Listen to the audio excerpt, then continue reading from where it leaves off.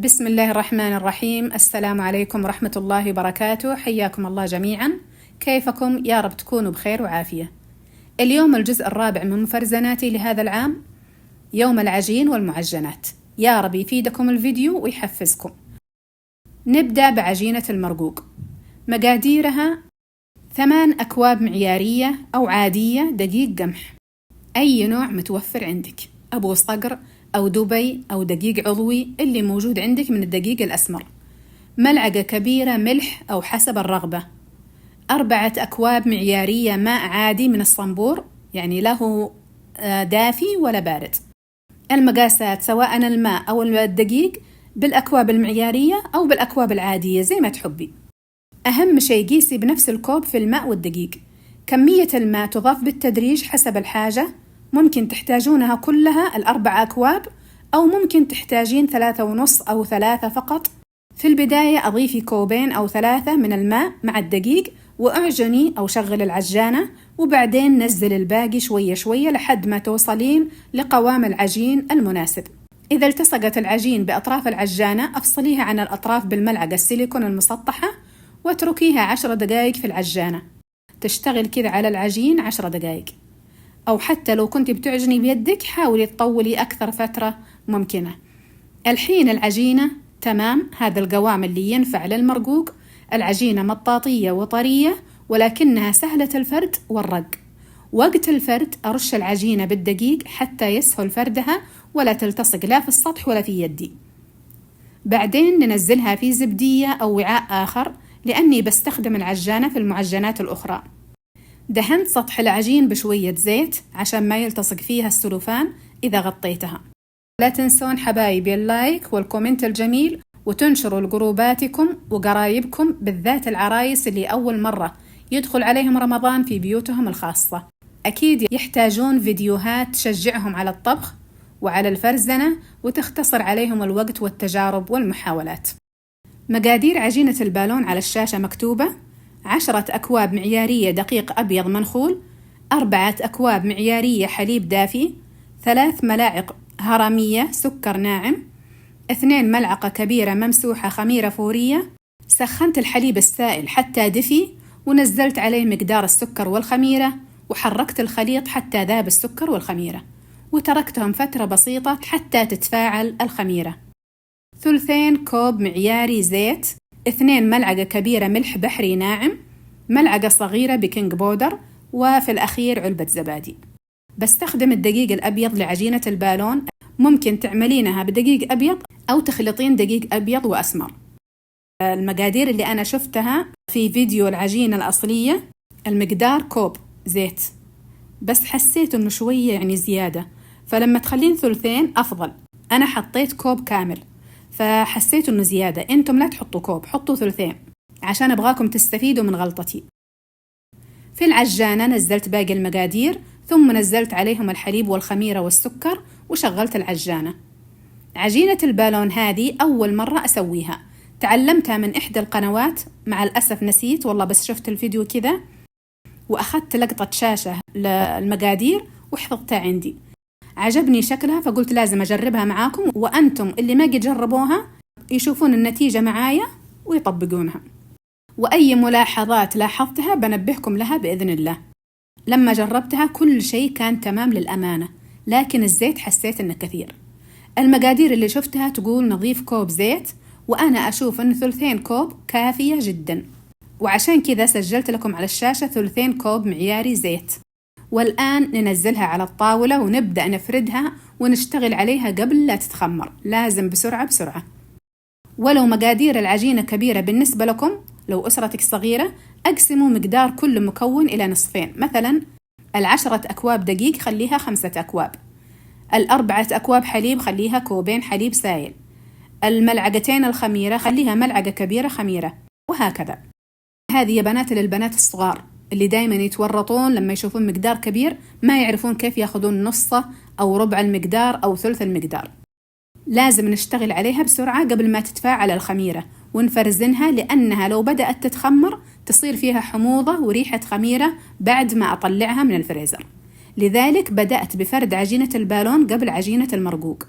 رشيت سطح العمل بالدقيق، أقسم العجين إلى كرات مناسبة لحجم التميس. أولاً جهزت زبدية فيها حليب سائل وزبدية فيها سمسم حتى أغمس كرات العجين في الحليب، وبعدين في السمسم ليلتصق السمسم بالعجين، وبدأت أغمس العجين في الحليب والسمسم وأتأكد أنها تغطت تماماً بالسمسم، لأني لما أفرد العجينة تتمدد ويصير السمسم قليل. كنت بقسمها من البداية جزء للتميس وجزء لجيب التاجر، بس قلت بلاشي أدوش نفسي، أخليها كلها مقاس واحد وأسوي التميس، وبعدين قطعت الباقي إلى قطع صغيرة لفطاير جيب التاجر. بدأت بفرد التميس لأنه ما ياخذ وقت عشان أنقله للفريزر بسرعة، وبعدين فردت جيب التاجر. التميس المنزلي يهبل، ريحته وطراوته ومكونات نظيفة ومعجون بطريقة نظيفة. لا تستغربون أني أسويه من المفرزنات. حلو إن نفرزن التميس والخبز العربي سواء عجين مفرزن أو نخبزه وبعدين نفرزنه، ووقت الحاجة ننزله ونسخنه في الميكروويف. طبعا هذا الكلام بين فترة وأخرى، ما عندنا ذاك الوقت اللي نقول ما نخبز إلا في البيت، لكن يعني زي ما تقول بين فترة والثانية نشتهي تميس البيت وخبز البيت، فنعجنه وقت الفراغ، وإذا حبينا طلعناه وخبزناه أو نسخنه إذا كان مخبوز مسبقا ومحفوظ في الفريزر. فردت التميس ووضعت بينهم ورق الزبدة حتى لا يلتصق في بعض، وأرسلت العاملة تدخلهم الفريزر بنفس الصحن لحد ما يجمد. لو الفريزر عندك صغير ممكن تفردين العجينة أسمك من كذا وتخلين قطر القرص صغير، يعني لا تبططينه كثير زي ما أنا سويت عشان ما تاخذ مكان في الفريزر. وإذا نزلتيها وقت الخبز نزليها في الصينية مباشرة، وإذا فك الثلج إذا عندك فرادة صغيرة زي هذه أو حتى لو بالكاسة تفردينها حسب الحجم اللي تبغينه، واتركيه فترة يختمر، وبعدين شغلي الفرن واخبزي التميس. الحين أفرد جيب التاجر. في العادة أعمل جيب التاجر بالتوست المفروض، وهي طريقة سهلة وجميلة وكلنا نعرفها، لكن قلت أجرب هذه الطريقة وعجبتني فكرة العجينة، طلعت لذيذة بالسمسم، طعم ورائحة فرق بينها وبين جيب التاجر بالتوست. العجينة تنفع كمان لعمل الخبز العربي بدون ما نضيف السمسم. ممكن نقص العجينة بقطاعة دائرية مثل الطريقة اللي متعودين عليها في جيب التاجر، لكن حبيت هذه الفكرة لأنها عملية وسريعة. مجرد قرص ينقسم ل4 مثلثات وانتهينا. ممكن تصغرين حجم القرص لو حبيتي، يعني جيب التاجر يكون أصغر وأنعم من كذا، سمكها يكون رقيق 2 إلى 3 ملي تقريبا، لأنها باقي تتخمر إذا نزلناها من الفريزر وقت قليها. وكالعادة أرصها على ورق زبدة أو بلاستيك عشان أفصل بين الطبقات، وما أبغى أكثر من التميس أو من جيب التاجر أو من أي مفرزنات، لأني باقي عندي فرزنة السمبوسة والإسبرينج رول وبعض الحلويات. الله ييسر لنا ولكم كل خير. ما شاء الله تبارك الله، طلع معايا كمية طيبة، يعني طلعت عدة طبقات. أغطيهم آخر شيء بالسفرة وأدخلهم الفريزر حتى يجمدوا. طبعا جيب التاجر بجرب معاكم في نهاية الفيديو كم حبة بعد ما فرزنتها عشان تشوفوا النتيجة وأعطيكم رأيي فيها. بالنسبة للحشوات ممكن تحشينها جبن أبيض أو أي نوع جبن تحبي، وخضروات خيار وخس وطماطم، أو ممكن تحشينها تونة وجزر وخس، أو ممكن تحشينها قطع دجاج مكعبات تجهزينها بنفس طريقة الشاورما أو طريقة الكودو مع قطع من الخس والجزر والخيار، أو تخلينها كنوع من الحلا تحشينها نوتيلا وفراولة أو نوتيلا وموز أو توت أو الفواكه اللي تفضلينها، أو ممكن تدهنينها بمربى وتزينينها بأي طريقة. يعني ممكن الحشوات تعملينها موالح أو حشوات حلويات أو الاثنين مع بعض. نجي الحين للطبق المحبوب المرقوق. أعتقد أن الجميع يحبون المرقوق، لو آكله كل أسبوع ما أمل منه، وأحب عجينته وأحب أفردها لأنها سهلة ومرنة جدا في الفرد، مطيعة لا تتعبك ولا تتقطع معك. نفس العجينة هذه يا بنات نستخدمها في زهران في قبيلتنا، في بعض أنواع الخبز الزهرانية اللي نعملها مع المرق، سواء اللي نخبزها في الفرن أو اللي نعملها مقناة بالشث، أو الخبزة اللي يسمونها خبز الملة. أهم شيء عجينتها ترتاح ساعة وتصير طرية زي هذه. مقاديرها بسيطة جدا زي ما شفتم، ولكن وانتي تفردين المرقوق كثري دقيق على سطح العمل حتى لا يلتصق العجين، وأفردي لحد ما تصير رقيقة بسمك 1 مليمتر أو 2 مليمتر أو أكثر حسب رغبتك، ما في مشكلة. لكن إذا سمكتيها لازم تعطينها وقت أكثر في الطبخ حتى تستوي، زي طريقة الدغابيس أو المطازيز. كل ما أفرد طبقة أرش تحتها وفوقها دقيق، وأقطع هذه الطبقة إلى مربعات، وهذه أسهل وأسرع طريقة بدل ما تقصقصينها دواير. قطعيها بقطاعة البيتزا إلى شرايط وبعدين إلى مربعات، هذه أفضل طريقة.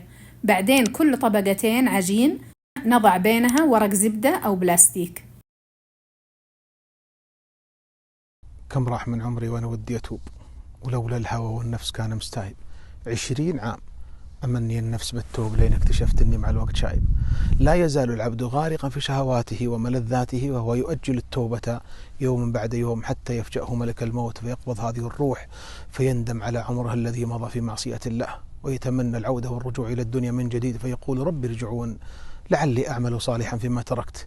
لكن يأتي الخطاب عكس ما يتمنى، فيقول الله جل وعلا كلا إنها كلمة هو قائلها ومن ورائهم برزخ إلى يوم يبعثون. فالبدار بالتوبة، وإياك والكسل والتسويف. فكم في المقابر من قتيل سوف أتوب، سوف أصلي، سوف أترك الحرام، سوف أستقيم على طاعة الله، سوف أرد المظالم، سوف أتحلل من كل من ظلمته. فإن سوف سيف يقطع المرء عن استغلال أنفاسه في طاعة الله. فمن لم يتب هنا سوف يتحسر هناك، أن تقول نفس يا حسرة على ما فرطت في جنب الله وإن كنت لمن الساخرين. فالبدار يا أخواني، فوالله هناك لا ينفعك الحسرات ولا الآهات، قضي الأمر. قل لو كان معه آلهة كما يقولون إذا لابتغوا إلى ذي العرش سبيلا سبحانه وتعالى عما يقولون علوا كبيرا. تسبح له السماوات السبع والأرض ومن فيهن وإن من شيء إلا يسبح بحمده ولكن لا تفقهون تسبيحهم إنه كان حليما غفورا. كانت العاملة قريبة مني، إذا خلصت الفرد والتقطيع أناديها ترفع معايا طرف ورق الزبدة عشان أنقله في الصحن. وهذا المرة ما كانت موجودة، فسحبت الورقة مع العجين لحد ما رفعتها على الطبقة السابقة، وطبعا تساقطت بعض القطع لكن سهل رفعها وإعادتها إلى مكانها.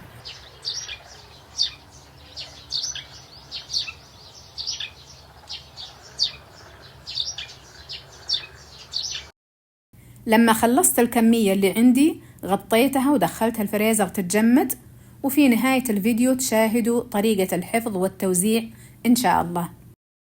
هنا زوجي اشترى عظام بقر عشان المرق الصحي اللي يخرج من عظم البقر، لأنه مليان كولاجين طبيعي حيواني. طريقة الطهي والتجهيز إن نغسل العظام جيدا وتوضع في قدر الضغط وتغمر بالماء، وأضيف بعض الأعشاب المنكهة لأن شوربة العظم فيها ريحة زفرة، لازم مهما غسلتيها لازم تحصلين هذا الريحة فيها، لأن الزفرة هذه بسبب النخاع اللي في داخل العظم وكمان الجيلاتين المحيط بالعظام. أضفت أعواد من إكليل الجبل وقرفة وليمون أسود وهيل وملح، يعني كمية معقولة بسيطة، وسلقتها مدة 2.5 ساعة بقدر الضغط على نار هادئة. في البداية نرفع النار لحد ما يبدأ القدر يصفر، وبعدين نخفض النار. ولما فتحت القدر كان العظم بكل محتوياته ذائب والرائحة طيبة، ما في لا زفارة ولا شيء الحمد لله. صفيت المرق وصبيتها في الصواني هذه وبردتها، وبعدين دخلتها الثلاجة يوم كامل، يعني تقريبا 24 ساعة. العظام طبعا تتخلصين منها إلا لو فيها قطع جيلاتينية استفيدي منها ممتازة. اليوم الثاني خرجتها من الثلاجة ونزعت الطبقة الدهنية اللي طفت في السطح وتجمدت، وأمسح سطح المرق الجامد بمنديل حتى أنظف الدهون المتبقية وبكل سهولة. بعدين قطعتها بالسكين إلى مكعبات ووضعتها في الأكياس وبعدين أحفظها في الفريزر حتى وقت الاستعمال.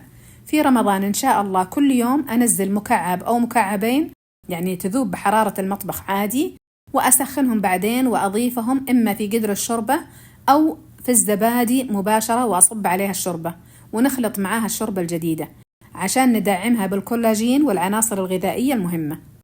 مرق العظم مهم للصحة وللجمال، مهم للغضاريف والعظام، ومهم للجهاز الهضمي، ويعتبر علاج لمرضى ارتجاع المريء وتقرحات الأمعاء والمعدة، ومهم لشد البشرة ومرونتها ونضارتها، ومهم أيضا لتغذية الشعر، يعني مليان فوائد. لذلك جهزناها وفرزناها لرمضان. حبيت أوريكم الطريقة، ما هو من باب أعرفكم عليها، أعرف أنكم تعرفونها وأشطر مني في كل شيء، لكن من باب أذكركم فيها وأحفزكم لها. واللي ما تعرفها من البنات الصغار والعرايس الجدد برضو تتعرفوا عليها وتعرفوا فائدتها وتعملوها لأنها سهلة ومفيدة. أثناء توزيعها في الأكياس أترك فواصل بين قطع المرق المتجمدة، ما أتركها تلتصق في بعض حتى يسهل علي تفكيكها بعد الفرزنة. بعد ما تتفرزن ووقت الحاجة أخذ المقدار اللي أبغاه وأرجع الباقي قبل ما يذوب. شكلها كذا يذكرني بقوالب صابون زيت الزيتون القديمة. رصيت الأكياس في هذا الصحن لحد ما تتجمد، وبعدين أحفظها في بوكس كبير واكتب عليها إن شاء الله مرق عظم البقر. الحين تجمدت مفرزناتي، خرجتها عشان أحفظها في الأكياس والبوكسات. التميس شايفينه تجمد، صار قرص صلب، لكن لازم يكون بينهم فواصل بلاستيك أو ورق زبدة وأحفظهم في هذا الأكياس. وقت الحاجة أنزل العدد اللي أبغاه وأرجع الباقي للفريزر. وزي ما ذكرت سابقا أترك التميس يفك من الثلج في نفس صينية الخبز ويتخمر وبعدين ينخبز. نجي لحفظ المرقوق. استخدمت أول شيء طريقة قص ورق الزبدة على مقاس البوكس، ورفعت الورق مع المرقوق مباشرة وحفظته في البوكس عشان أبغى الورق يفصل بين الرقاق ما يلتصق، يعني احتياط. أنا أخاف من ذوبان العجين بدون فواصل في بعض حالات الطوارئ لو انفصل الفريزر أو انطفت الكهرباء، يعني يكون في فواصل بين العجين حتى لا يروح تعبي هباء منثورا.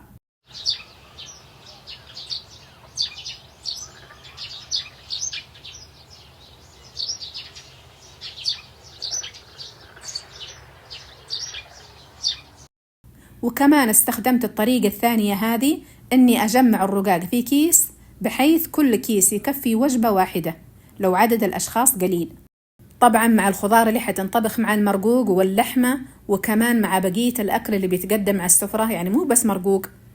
فإن شاء الله الكيس الواحد يكفي مرة واحدة، إلا إذا عدد العائلة كبير أو جاكم ضيوف تحتاجين مثلا كيسين، ويا رب لك الحمد.